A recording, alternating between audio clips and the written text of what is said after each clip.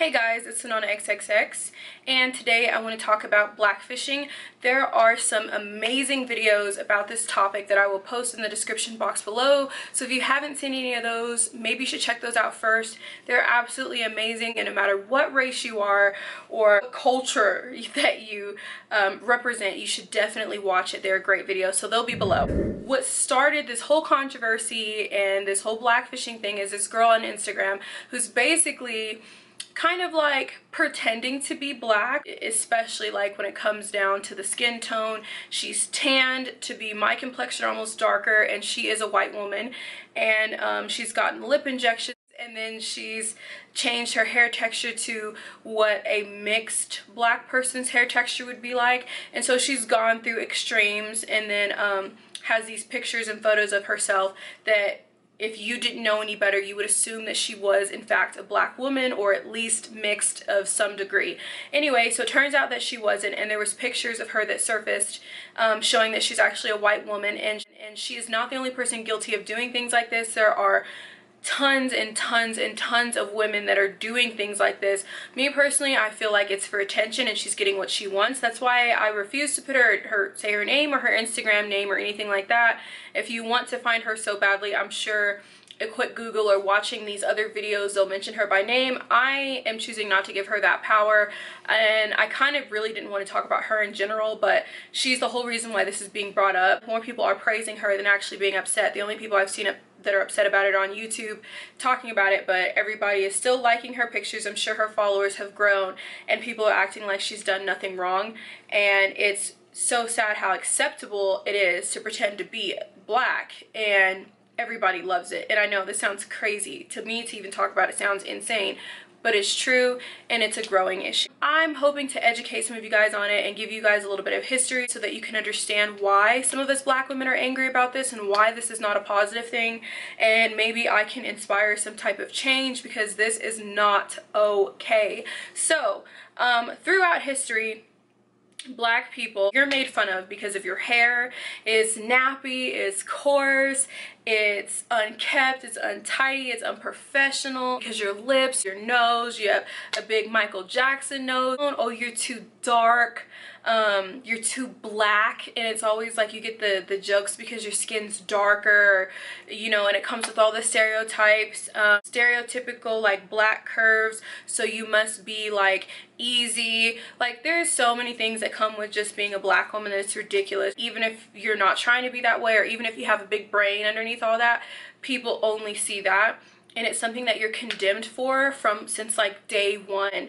And it's crazy how acceptable those features are on anybody who is non-black, and how celebrated they are on anybody who's non-black. So that's what I personally have a problem with, and I'm going to talk a little bit about the history of these things and why this isn't okay, and hopefully I'm gonna educate you. I do want to say that these women who are trying to pull off being black look absolutely ridiculous, at least for the most part. Some of them are actually look pretty decent. That one girl, she actually looks decent as a black woman, and that's what's so scary, and that's why she's getting this large following and these sponsorships, which probably should have gone to a real black person, but she looks so passable that it's scary. But for the most part, I feel like it is so GMO, so artificial, so fraud. And then especially when you have these beautiful, like genuine, authentic black women, like with this wonderful like melanin DNA floating through their body, and they're being overlooked. So there's this guy, and his name is Satoshi Kanazawa. Right? He is a psychologist. He's famous for a lot of his works. He did a study, and the study found that black women are the least attractive race or group of women out of all the races, which is interesting because we are the least appreciated but the most imitated, most mimicked, and it's pretty crazy.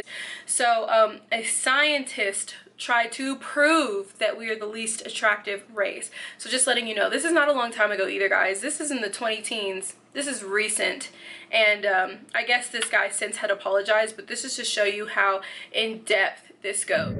So you have a lot of people that think the way that this man does, things about like big lips, wide noses, stuff like that. The kinky hair is the furthest thing from the white beauty standard. Black women have never really, I feel like until recently, kind of fit into a beauty standard. We were always the other. So everything that separates us is being celebrated by other people when they mimic it, and that just, if you can't understand that hurt or that punch in the face, then you will never understand why this is so wrong. So a little bit of history. There's a wonderful woman named Sarah Bartman. If you have done any type of Black history research, this is one woman that needs to be like engraved in your brain. She basically was a woman from South Africa. She had very, very, very large butt, which people thought was just unreal. Like, she was ogled, and just people would come from all over just to see her body. She was literally given to a circus, and she would tour all around and being shown like she was like some type of wild animal, and people just wanted to like ogle her body. So it was so bad that she ended up getting like sold to a brothel, and these white men would pay a lot of money to go have sex with her. I think she died in her early 20s of sexually transmitted diseases, which was very unfortunate. Her body was taken and casted and put in the museum, like a cast or likeness of her body there. It used to be naked, and it's just crazy because after all of those years she was still on display and nude. It wasn't even covered up until recently. Also, her body wasn't even given a proper burial. She also had, I guess, an elongated, or I guess it was like a different type of labia, so her vagina looked different from, you know, it was like unique. And so what they did was cut that part off of her, put it in a jar, and it was also on display up until the 1970s. Her body was not given a proper burial up until the 1970s. So that's crazy. This is how much people ogled her body. Like, people were obsessed with the way that she was shaped and everything that was natural to her. Obviously, this woman was completely natural. The tribe that she came from, women were shaped like that, and they had these big butts after giving birth, and their hips widened after giving birth. It's something that's kind of genetic, like within a lot of Black families. I know every Black woman obviously does not have this shape. My mother is very small-waisted, big-hipped. It's just very natural. Like, there was no work done there. It was just something that happens after childbirth. So there's just things that are natural. And it's crazy because nowadays that's the body shape. I mean, it's a little watered down, but that's basically the body shape that everyone wants. That's the modern Kim K. Like, everybody wants to be shaped like that. And what they call, like, you know, the ant shape or that unnatural. Well, guess what? That shape is not unnatural to a lot of Black people. So just to show you how much that affected the culture at the time, it's basically rumored to be that the way that those cage dresses came about, you know, the dresses where they had those big wide hips, and they basically put a cage under the dress that the woman would wear, was modeled after her body. It was modeled after Sarah's body. So, I mean, just keep that in mind. This is not something in history that is completely new or unheard of. This is something that has been repeated through time and time. People have always been fascinated with the way we look and then want to condemn us at the same time, okay? So this has always been there. So the next thing I want to talk about is Black women will always be Black. We wake up and we're going to be Black. Like, we don't get to go be Black on Instagram or Black here for a video, take off everything, and then just be white the next morning. Like, if I could, every time I got pulled over, I would turn into a white woman if I had that power, because why not if you couldn't? If you knew you were going to be left alone, if you knew you weren't going to be profiled or bothered or assaulted or something like that, because life would be easier. And that's what sucks about people that are going around blackfishing, is because they get to take it all off the next morning or the end of the night and be somebody else who has that privilege, and it's just like slap in the face. Taking only the positive parts of it and putting that into their life in bits and pieces, and they don't have to endure any of the plights or struggles when it comes to being Black. They can just get the beauty and over sexualization and profit and all that from it. They don't have to get any of the downside. The big problem is that people are profiting off of it. They're cashing in on it. Black has always been profitable. We understand that. People have always made money off of the music, the dress, the culture. Like, it is literally embedded into American culture, like the slang. Everybody wants to talk like us. Everybody wants to use the words we use, but it's engraved in their vocabulary now because of like hip hop or black culture. And we just really make it fun and interesting, and there's nothing wrong with saying those things and immersing yourself in that, but you do have to understand that there's struggle and plight that come with it. It is not all fun and games, and it is not all comedic and rainbows and sunshine. There's so much more to it. So here's the big thing, is assimilation. Now, the most common thing I hear when it comes to this subject about blackfishing is, well, black women, you guys wear weave and you guys wear contact lenses and you're trying to be white. So I think this is hilarious and laughable to a fault. It is hilarious. So here's the thing. These white women that are blackfishing are passing as black women, or people that you would not know were not black women if you didn't do your research. Like, if you saw them just first glance, first picture, of course you would think that they were black. If I put on some blonde hair and some blue lenses, I'm still black, and I am just black with some contacts and a weave.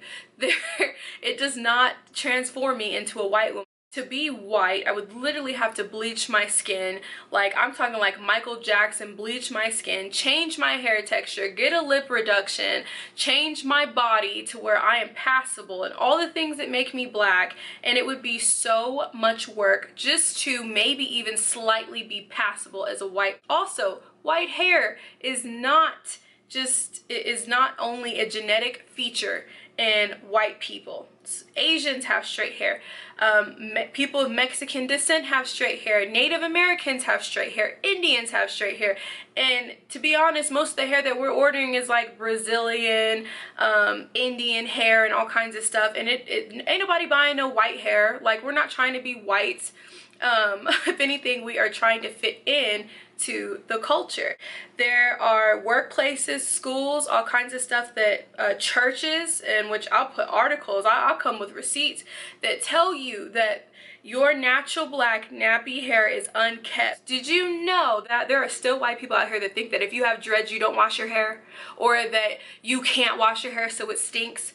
And these people are afraid of that, and they don't want that in their workplace because they're miseducated, and so they have black hairstyles like dreads, afros, things like that as unprofessional hairstyles at the workplace or at schools. Girls are getting expelled for braids and dreads, or being kicked out of school, boys and girls, because of their hair. So what we are doing is assimilating. We are doing what we need to do to go to work without being bothered, to fit into that dress code or that code of conduct, and to fit in and not stand out any more than we have to, and not have to answer any more questions than we already have to, and blend in, like, for real. And people don't understand that. We don't do it because we're like, you know, I want to wake up tomorrow and be white. Like, no, it's like, well, this is easier. Plus, I don't have to worry about somebody at my job telling me not to handle their food because I have an afro, which is a true story. We are just assimilating. We are doing what we need to do to survive.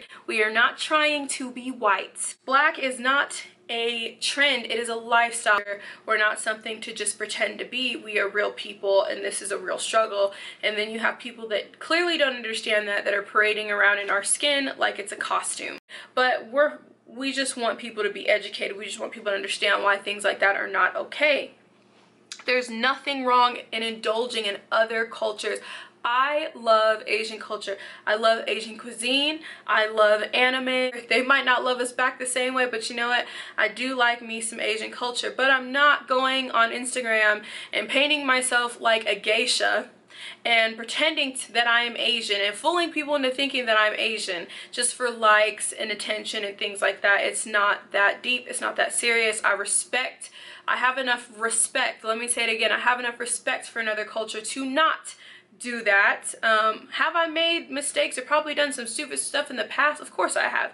I mean, you always have time to correct it. You always have time to educate yourself. You just need the respect for other cultures, and that's what a lot of people lack. If you had more respect, you wouldn't be going around doing some stupid shit like this and then not understanding why everyone's getting mad at you. And we can't change who we are. No matter what we do or say, we'll always be black. We'll be black to the cops, we'll be black to your doctor, you'll be black to your neighbors. You're always going to be black no matter how you talk, no matter what the way your hair looks. There's just certain things you'll never be able to change as a black person. Or like, you can't sit there and love and celebrate everything it is to be black but hate black people. I don't get it. Just to end this video, I want everybody to know that I am not trying to make you feel bad. If you are white, I'm not trying to hurt anyone's feelings. I don't want anyone to feel less than who they are. But at the same time, as a black person with a platform, I do have young, impressionable black girls watching me, and I want you to know that you are beautiful, girl. People can imitate all they want to, but you are the real thing. And I want you to understand, if you have friends that are doing this to pretend that they are black for likes and stuff, it is not okay, and this video is a great way to understand why. I'm just hoping that maybe you learned something by this video, and if you did, share it with other people. I plan on making more videos like this. The race is not anything that's new when it comes to my channel. I always talk about race, and I always talk about what it is to be a black woman, because that's who I am. And if there's anything I know a lot about, it's that. So like, share, comment, all that stuff. My Instagram, Facebook, and Twitter links will be below. Thank you so much for watching.